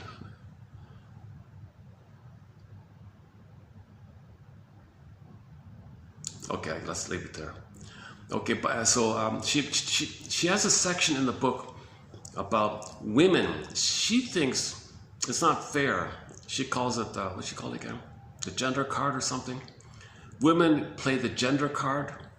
They can do whatever they want to the guy. They can stalk, harass, do these terrible things to the guy, and she's free. She plays the gender card. She's smaller, she's weaker, the man's stronger, physically bigger. What's he worried about? So she says that's not true. Women can do a lot of harm on the men, and they do, but no men will ever. They'll all mock him, they'll all laugh at him. But some men are actually hurt by what women do. Some men are terrified afterwards by what women do, right? So she thinks it's not fair that never ever can a man, get angry at the woman, but the woman has a free card to do whatever she wants to the guy, right? She says that kind of thing's not fair. At worst, we call these women bunny boilers. The worst of these women is from the film Fatal Attraction. Bunny boilers is a term that alludes to the character in that film, Alex Forrest, the spurned woman in the '87 film who leaves her boyfriend's family pet rabbit in a pot of boiling water. The expression has endured as slang for jealous exes and overzealous aspiring lovers. I didn't know that.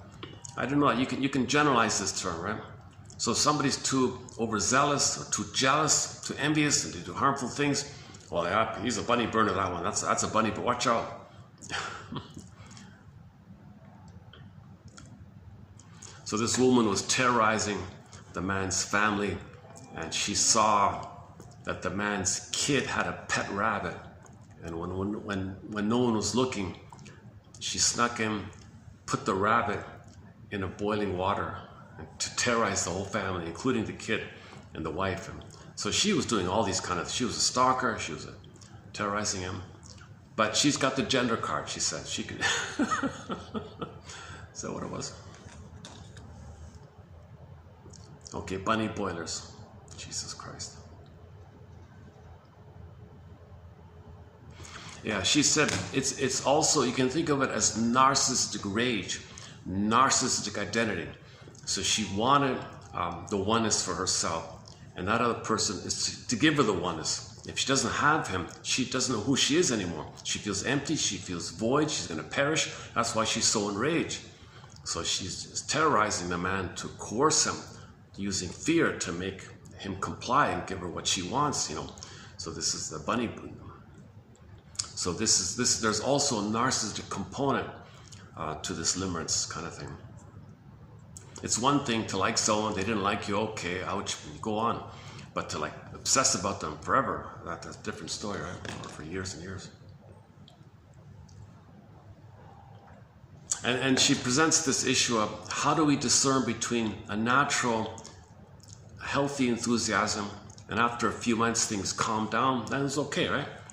Versus the enthusiasm of the limerence, and then things don't calm down. How do you know in the beginning? In the beginning, you might not know. The exception, she says, well, somebody's crazy about someone, but they don't even know you exist and you're crazy about them. Well, that's a clue. She said, yeah, that was yesterday's one.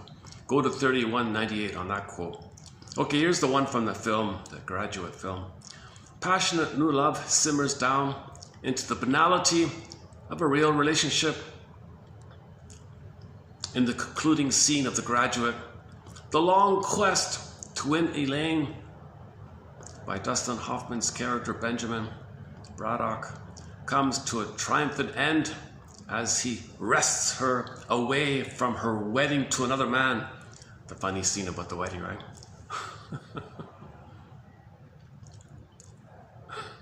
You know, that scene, you know, he enters the church, she's just about to marry the other guy. He's shaking the grill or something, shouting like that. And Elaine, she was like in a trance. She like looked up, turned, and her bug-eyed, and it was as if they wanted to make her in a trance, spellbound, and she was hypnotized, and she was walking like in a trance, her eyes open. I was looking at it, she just blinked once, just like quickly, but I think it was meant to be that she wouldn't even blink. She was just like spellbound like that. And she was turned and followed him, and they left the church together, right? Big fight scene and all that. So that's a clue to this spellbound stuff. And it's funny because he's in the upper level, right? She's down and he was like above. So it's kind of like the baby looking up to the breast, baby spellbound like that. So she transferred the need for the breast. And the baby's spellbound like that, blissful thing. She's stunned like that. But anyways, those relationships don't last, obviously, right? Anyways, he wrests her away. So the theory would be, so the big question was, if she married this cold-hearted guy, whatever, she might always think about, what's his name? Benjamin. Right? So she might always regret it. But if she doesn't marry him, she'll probably never regret. You know? That's sort of the compromise, right? The lesser of two. The exuberant pair hops on a bus, but they don't stay exuberant for long. Their smiles of victory fade to solemn, almost blank expressions.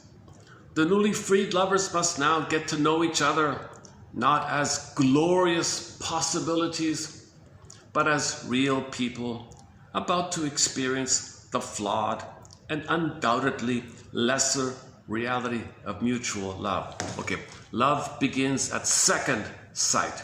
Not the first sight is not love. The first sight is limerence, that's not love. But when that crashes, then it begins. Now when you get to know him as a person, okay, when the bubble breaks and then you get to know him, that's the beginning point. Then love can begin.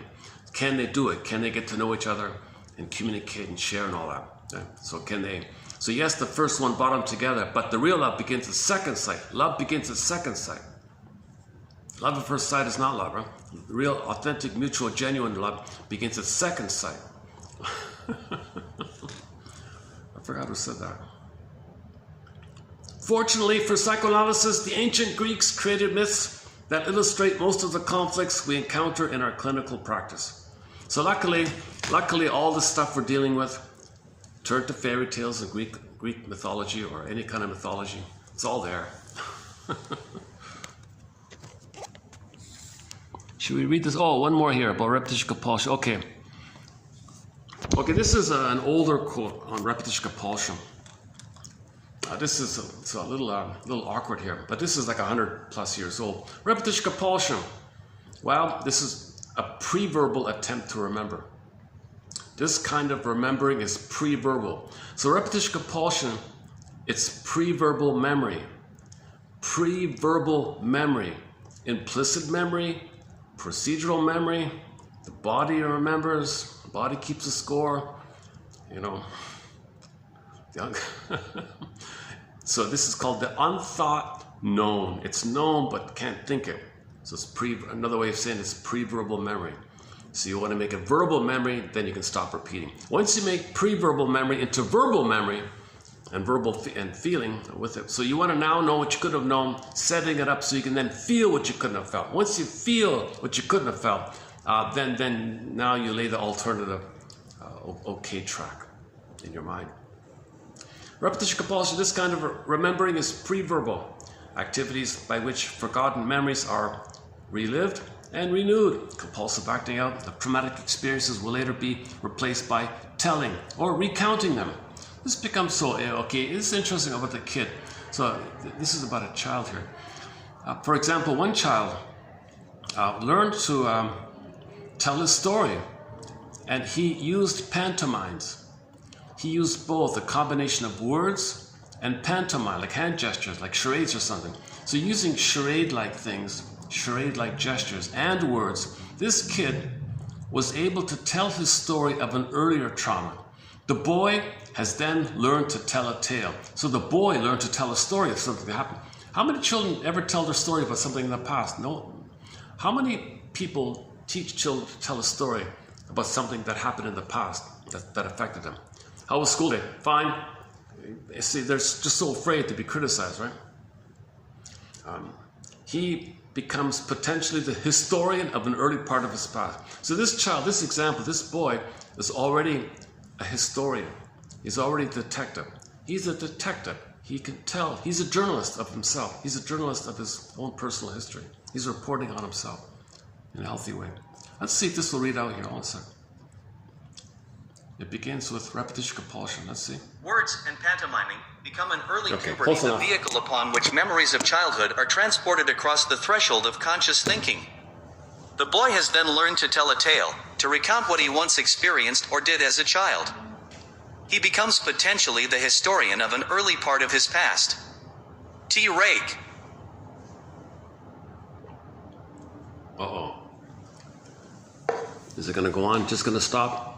Man, oh man, this readout thing is very unpredictable.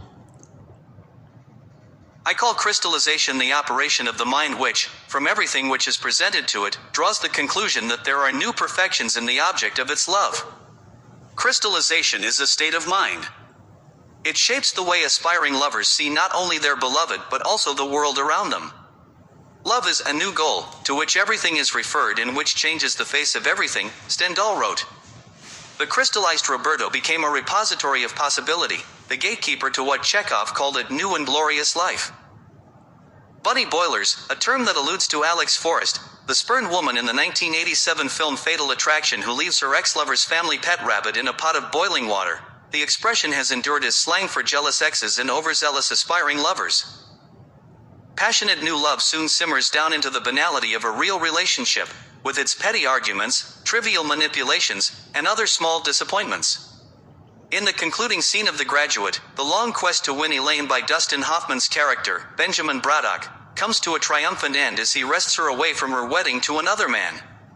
The exuberant pair hops onto a city bus. They don't stay exuberant for long. Their smiles of victory fade to solemn, almost blank expressions. The newly freed lovers now must get to know each other not as glorious possibilities but as real people, about to experience the flawed and undoubtedly lesser reality of mutual love. L. Phillips. The patient sees in the analyst the return, the reincarnation, of some important figure out of childhood or past, and consequently transfers onto him feelings and reactions which undoubtedly apply to this prototype. S. Freud. Fortunately for psychoanalysis, the ancient Greeks created myths that illustrate most of the conflicts we encounter in our clinical practice. L. Adams. TQ 3199. Oh, sorry. Oh, correction. 7. Oh, let me fix that. Okay, your mission, submitted for your approval and consideration, is to read the quotes in 31, 97, and 8. They're both from the book called Unrequited by Miss Phillips, a journalist. She's a good writer. Most of her book is a lengthy, dramatic soap opera of people in these dramatic, desperate things they do, the desperate things we do, the things we do for love. So there's a lot of that kind of stuff. But you might feel you can relate to it or you understand it. And, oh, it's not just me, they do it too. Other people do it too. So you read a lot of stories about the wild things people did to get the other person's attention. There was a show called Huff, I remember. Huff. He plays the Mr. Huff guy, supposed to be a shrink. But there's no psychoanalysis in this show. But anyways, it's a story about a guy who's a shrink. And we see him with a young lady, and she's obsessed with him. And she becomes a stalker and interrupts his family. Similar motif in the In Treatment TV series, In Treatment. One of the young ladies did the same kind of thing. This is all based on the original opening bell for psychoanalysis. Miss Anna O went to Mr. Breuer, and she became obsessed with him. He couldn't handle it, picked up the phone. Mr. Freud, buddy, help me out here. I can't deal with this one. I'm a happily married man. She's crazy about me. And then, so there's tributes to this phenomena like that. See, when there's affection, when the communication and the affection's not there, if there isn't a real relationship, okay, then there's this compulsion to repeat, and the sexualization is the failure of the. Sexualization is a defense against feelings. So if the feeling's not there by the relationship, because to avoid the pain of the feeling of not having the relationship, the sexualization kicks in because you're repeating the lack of feeling. So a lot of this promiscuity is repetition compulsion of wanting to get the heart back in the body, but you're just repeating the original thing where it was disconnected. So you repeat, disconnect, and it can be promiscuous. That's why I have all these promiscuous characters, the Don Juanes and the Don O'Hannes types like that. The heart's supposed to be with the body, right? Yeah, this phone didn't read out the whole thing, huh? Let me try it again here. Let's see if it reads it out this time. Repetition compulsion. Repetition compulsion. Oh, maybe. This kind of remembering is pre-verbal. Activities by which forgotten memories are relived and renewed. Compulsive acting out of traumatic experiences will later on be replaced by telling or recounting them. This becomes possible when the child has learned to describe them and to express his emotions and thoughts in words. Words and pantomiming become in early puberty the vehicle upon which memories of childhood are transported across the threshold of conscious thinking. The boy has then learned to tell a tale, to recount what he once experienced or did as a child. He becomes potentially the historian of an early part of his past. T. Rake. Go on. Oh, it just stops here, huh? It just froze all of a sudden, eh? Let's try it again.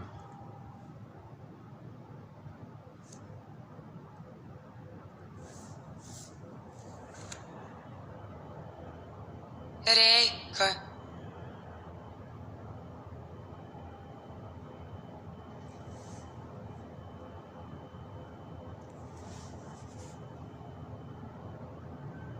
I call crystallization the operation of the mind which, from everything which is presented to it, draws the conclusion that there are new perfections in the object of its love.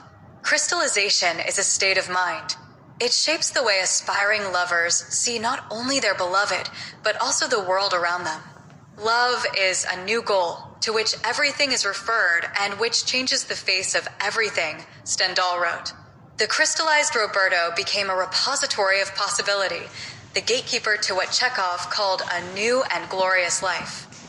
Bunny boilers, a term that alludes to Alex Forrest, the spurned woman in the 1987 film Fatal Attraction, who leaves her ex-lover's family pet rabbit in a pot of boiling water. The expression has endured as slang for jealous exes and overzealous, aspiring lovers. Passionate new love soon simmers down into the banality of a real relationship, with its petty arguments, trivial manipulations, and other small disappointments. In the concluding scene of The Graduate, the long quest to win Elaine by Dustin Hoffman's character, Benjamin Braddock, comes to a triumphant end as he wrests her away from her wedding to another man. The exuberant pair hops onto a city bus. They don't stay exuberant for long.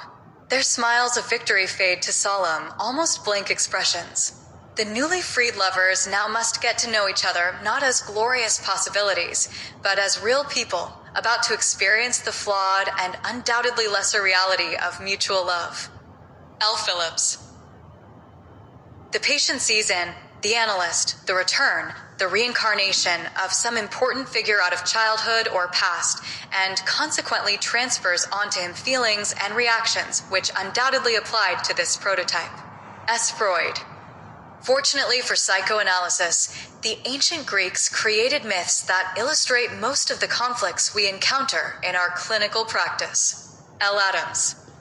TQ 3199. 97.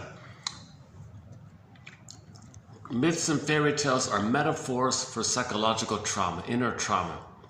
We know it, we feel it, but we don't see it. The myth shows you visually, it's symbolic, but it's not real.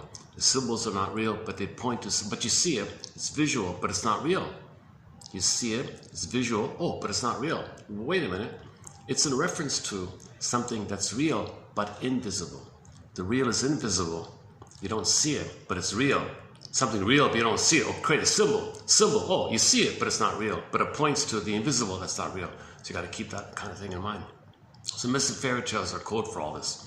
So when Miss Core gets yanked down, okay, that's just a symbol that our feelings of animating aliveness got pulled down. Flat pin it, I call it flat affect, right? Okay, let's just leave it there. This is a little bit late. Yeah, this was a super late video today. Let's see, what time is it here? Look at that, it's 6:02. But it's pitch dark outside. Look at that. Okay, let's close up with the song. Okay, when the song ends, I'll hit the stop button. We played Love Sick already, right? Love Leads to Madness. I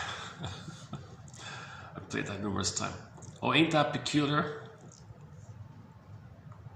Okay, hold on a sec. Let's pick something here. I don't chase wild horses anymore. Okay, let's just stick with the Fanny Walk the Earth one. So I've talked about the band already in the last video. So here's a song called Lured Away by the godmothers of chick rock. They're dubbed as the godmothers of chick or girl rock or something.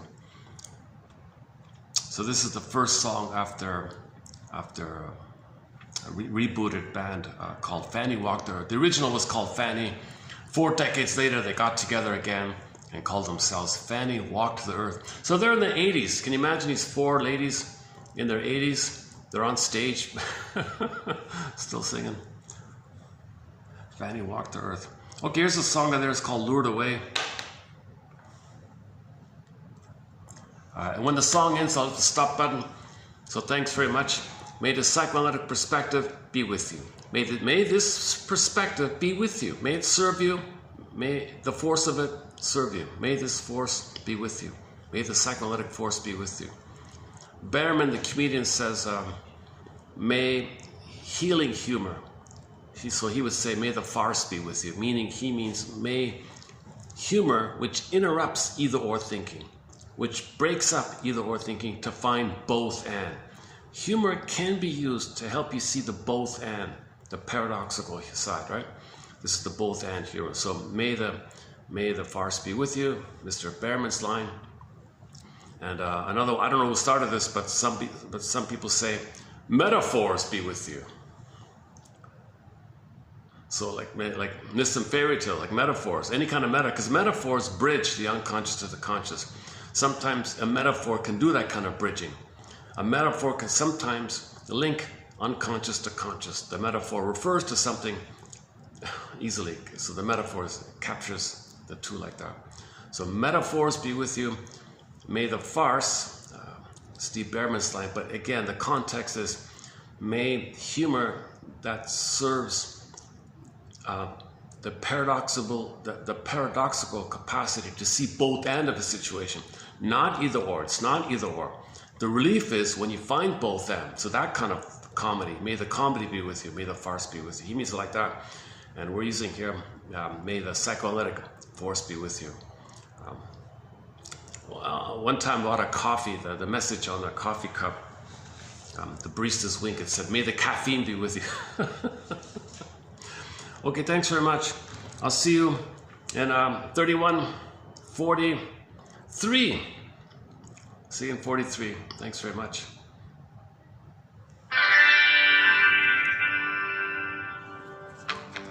I'm not starving, but I'm kinda hungry. My heart beats. I'm not exactly dying. Kinda living is kinda dying. I don't feel like singing. I'm not flatlining. I still got a pulse. Not flying. Not good enough. Nothing's wrong. That ain't right. You don't hear me laughing. I'm in pain. My change is gonna push you through. Lured away. Story is the same. Being good is nothing new. This dim lighting, it's a black hole. I'm coming to. Time to fully wake up. I gotta burn. Don't wanna give it up. Maybe I'll start sleeping at night. It's fucking scary. I kinda like this. Nothing is normal. No problem with that. Got all these questions. I really like that. Now I feel like singing. I've been lured, yeah. Change on you.